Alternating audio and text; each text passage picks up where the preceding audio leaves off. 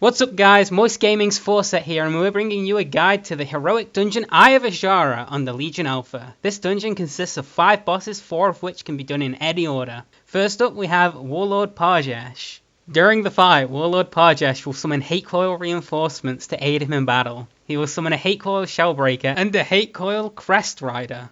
This Shellbreaker will need to be tanked and cast an ability called Bellowing Roar. It deals 190k physical damage to everybody and also gives the Shellbreaker a stack of Motivated, which increases their damage done by 10%. This ability is easily interrupted, so shouldn't be too much of an issue. The Crest Rider is a caster ad that doesn't need to be tanked. He'll cast Lightning Strike, dealing 100k nature damage to a random enemy. He'll also channel an ability called Restoration that heals the caster's allies for 2% every 2 seconds for 6 seconds. Parjesh will cast Impaling Spear that will target a random player, put a mark over the head, and he will begin to cast. If you are hit by the spear, it knocks you back, deals 300k physical damage, and then puts a bleed on you that takes for 150k physical damage every 3 seconds for 9 seconds. Ideally, you want to put a enemy between you and the boss, so that way it will kill one of the hate coil ads right away, and then your healer doesn't have to deal with healing your stupid ass for taking damage.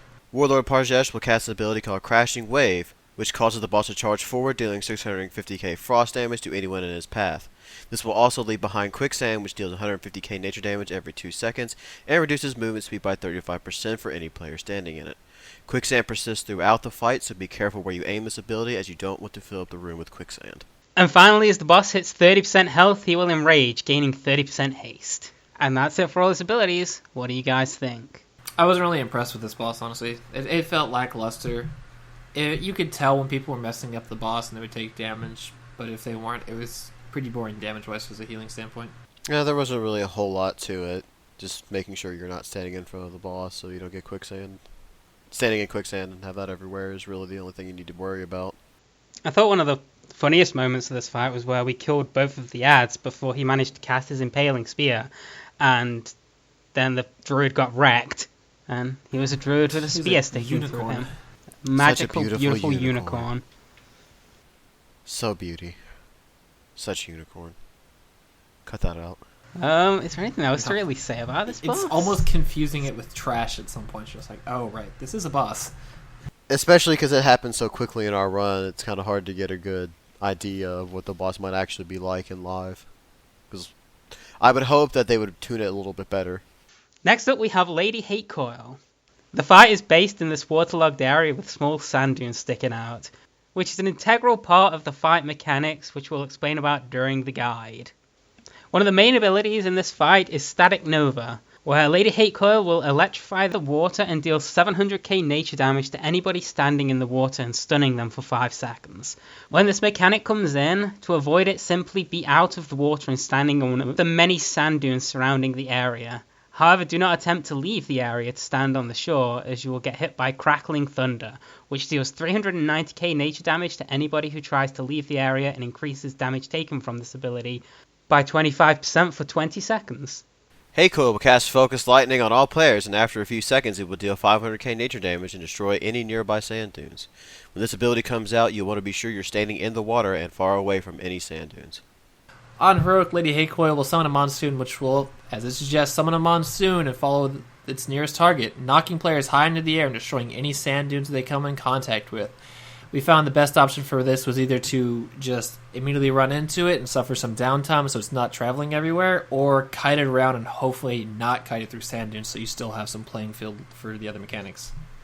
Lady Hate Coil will use Beckon Storm to summon a bunch of Salt Sea Globules into the fight. Upon death, the globules will explode, dealing a small amount of AoE damage and slowing anybody hit by 20% for 6 seconds. You can deal with these in one of 2 ways. First, you can just AoE them down with high DPS, and secondly, you can kill them all off if you hit them with the Frontal Cone from Curse of the Witch, which we will now explain. Curse of the Witch is cast randomly on the party and will affect a random number of players. It wasn't clear from our attempts if there was a pattern in this ability. This ability can be dispelled, or you can let it expire. If the ability expires or is removed, it will cause a knockback and a cone in front of the affected player, so you'll want it to aim away from any other players. And that's it for Lady Hate Coil. What you guys think? I like your accent. I liked being knocked around by the Curse of the Witch when we didn't realize that that's what was happening. Yeah, it was. Randomly during the fight, we would just get knocked back and be like, "What's happening?" I remember getting very salty about that myself, being like, "Holy shit! Come on, what is this?" But yeah, I think overall, the Curse of the Witch is a decent mechanic, just turning around and using them to kill the ads. I think I accidentally pulled some ads that were like outside of the boss area or inside of the boss area, but the neutral. And we got the achievement because we killed them all with Curse of the Witch. That was interesting. So the next boss we have up is Serpentrix. I'm sorry, could you say that again? Serpentrix. Is he a British snake? Okay, Kevin, can we get a animation of Serpentrix with a top hat and a monocle? Thank you, Kevin. Serpentrix will target random players with Poison Spit, which will throw a slow-moving projectile towards their targeted location, and it will move faster or slower depending on the direction of the wind. You can use this to your advantage if you're being blown to the left and you stand on his right. It will take a lot longer for it to get to you. It's more like a cheesing way to get more damage without having to move as much. Serpentrix will put Toxic Wound on a random ranged player, causing them to leave behind toxic puddles every second that deals 60k nature damage to anyone standing in it. You'll want to stack multiple puddles on top of each other in order to save space. What is arguably Serpentrix's most annoying mechanic is at 66 and 33% health, he will submerge and emerge at a distant location, summoning 2 Hydra spawns, his trustworthy butlers. We're not really sure if they can mix and match the type of Hydras that come up, but both submerges we had 1 of each. You need to focus down the Arcane Hydra first, as he will cast Arcane Blast, dealing 80k damage to a random player, and this is an interrupt ability, and if it is not interrupted, it will give him an Arcane Charge, increasing its damage by 50%, and it will stack. It only takes 2 interrupts in a row to reset its stacks, but if it gets out of hand, it can easily one-shot people, which is why we recommend killing it first. The Blazing Hydra will spam Blazing Nova, which is also interruptible and deals large AoE damage to the group. If you handle the Arcane fast, you can make it to this guy before it gets too many casts off. And if you kind of just ignore both, your healer will hate you and you will die. And then the healer will die. Finally, the boss will rampage if it cannot melee anything, so the tank shouldn't leave the boss. Also, when Serpentrix submerges, he will sometimes begin to rampage if you cannot get him quick enough. If this does happen, simply interrupt it. And those are all the mechanics from Mr. Serpentington. What do you guys think? Is this like the 3rd time we've done Megara as a boss? I'm sure there's been many, many more Megaras in the world. And hell, this could just be the big, this could be some kind of old god that's not fucked up, just in the center of the world. And, this is one of its many heads. So it could be, lore-wise, the only one we fought. Don't justify this. Stop that. Well, than that, it just becomes really important to interrupt the Arcane Head, because wow, does it do a lot of damage when people don't pay attention. No, I love being one-shot. It's great. It's so much fun. The next boss up is King Deepbeard. When tanking King Deepbeard, he will start a 2-second cast and then slam the ground at the point you were standing at the beginning of his cast. If you are still standing there when the cast hits, it will deal 1 million physical damage that isn't mitigated by armor. So when you see him cast this ability, just move off to the side to avoid it completely. King Neckbeard will place 2 gaseous bubbles on random players. This ability will put an absorb shield on those players that can absorb up to 550k damage, which sounds pretty good for the boss to do for you. However, if the debuff expires and there's any absorb left on the bubble, it will explode and deal that damage amount to the whole group.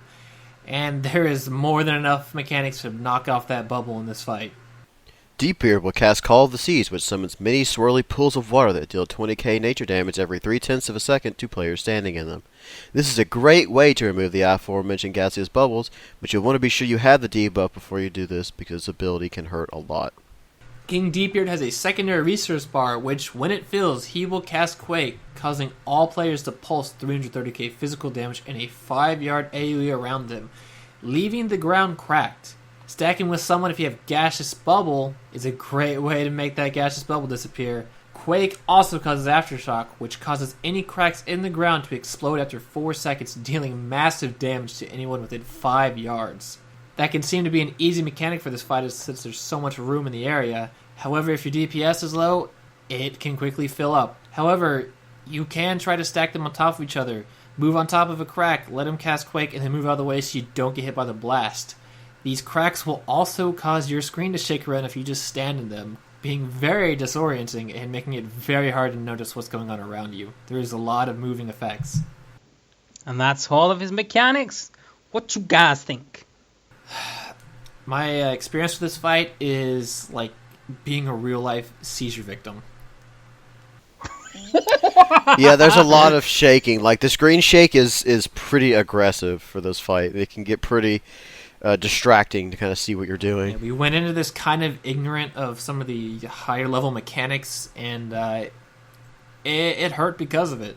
Overall, I thought this was a real decent fight. The way everything happens, and then you have abilities to counteract the things that are happening with the abilities that are happening in the fight. So, like, having multiple ways of getting rid of a gaseous bubble, but then also having ways to completely fuck you because you have a gaseous bubble, and then you took too much damage and now you're dead. That about sums it up. And the final boss of this dungeon is the Wrath of Azshara. Some important things to note in this fight are that the Wrath of Azshara's melee attacks deal 62k physical damage to all players, and being hit by any of the mechanics that deal frost damage will permanently reduce your movement speed by 10%.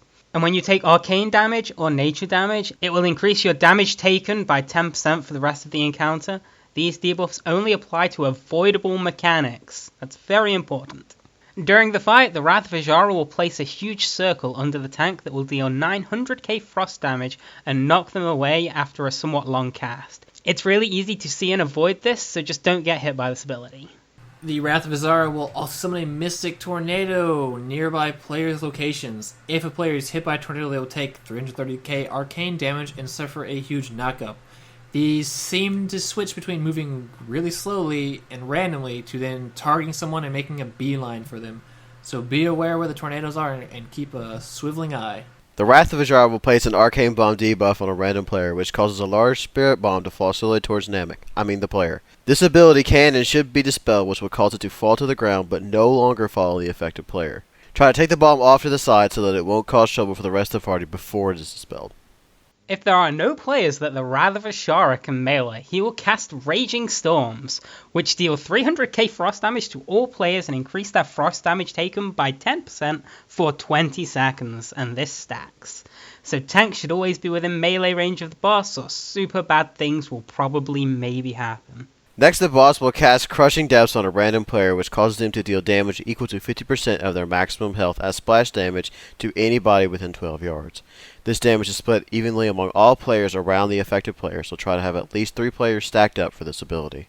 Bearing in mind that the Wrath of Azshara starts the encounter at 20% health, at 10% he will send out a Wrathful Cry, which basically will give you PTSD flashbacks to mythic raiding bosses. During this part of the fight, violent winds will periodically blow your group around, making it hard to stand still, and even harder to avoid certain mechanics, like the additional massive tidal waves that will circle around him in random paths, dealing huge amounts of damage if you are hit. And lastly, icing on the goddamn cake, lightning strikes will hit the ground, dealing 300k nature damage to anyone hit within 4 yards of the impact zone. This is just where you hope that your team can hold on and deal with all the stupid crap that's going to come flying at your face. Swerve left for tidal wave, dodge a lightning strike, swerve back right to dodge another tidal wave, and hope you make it through the fight alive. So that's the Wrath of Azshara. Let's talk about that. While I enjoyed the fight and thought it was very engaging, if you're healing this like I was panicking the whole time. You still have to worry about the rat pally standing and shit for lol. Yeah. And 200 DPS doing who knows what. As a fight overall, I like this boss. This is probably one of my favorites in here. There's just so much going on. It starts out quite nice, it's like a gentle breeze pushing you every so often. And then by the end it's a gale storm! Yeah, and you have like the tanky thing that's just a big circle. Yeah, just stand out of it. It's fine. You just move away. You stack up with all your friends to share damage. There's a couple of tornadoes off in the distance, you don't really have to worry about. the spirit bombs coming down. It's like, it's whatever. And then like you hit that 10% mark, and it's like, holy shit! Oh, there's 5 huge things. What are they? It's like a replication of the final boss of Throne of the Four Winds. What's his name? Alec, here you go. Here you go. Yeah, it's kind of like that, where it's like, it starts off nice and simple, and it's like, okay, there's some mechanics, and you're like, ah, shit, why am I flying through the air? Fuck. The proverbial shit has hit the fan. Yeah, no crap, right? No, it's literal in this Yeah, case. right. That's just actually his shit. He shits lightning and ice. Yeah, it's on the windows. Yeah, overall, this is definitely a fun fight, and towards the end, it's like really panicky. And holy shit, like if you're a warrior on this fight, like who doesn't want to start in execute range? I mean, come on. Like you just Right. fucking start the fight, executing this, that, everything. You know you love it. All the words are like, can we please have a raid boss like this? Please? So that was the last boss. What do you guys think of the dungeon as a whole? I felt like it had good scaling between the bosses. It starts really simple, straightforward. It's some extraction mechanics, and it's like, okay, it's just challenge the... Oh, fuck! It definitely had a good ramp to it. I don't think there's anything that I would really change about it. Maybe have the first boss do like one thing extra. Maybe, I don't know, but Yeah, first. yeah, overall it was pretty unique. You got to go to like 4 different areas. It was like being part of that Yu-Gi-Oh episode where they had the challenge on the island, and Did they go to the Shadow Realm? yeah, except Yeah. it was like one part was sand and one part was water yeah. and one part was like rock, and there was all like monster cards being played on all of them, except there were bosses. It's like a terrible beach vacation where someone got sand in the potato salad and there's ants everywhere. Yeah, overall, it's just cool looking dungeon, great bosses. I liked it. So this has been Forset from Moist Gaming. If you liked this video, make sure to like it, give it a thumbs up, all those good things. Comment, subscribe, and potentially click one of these other links we have on the screen right now, because this is a thing we're doing, and I love all of you. Click one of the links, please. Share it with your friends. Bye.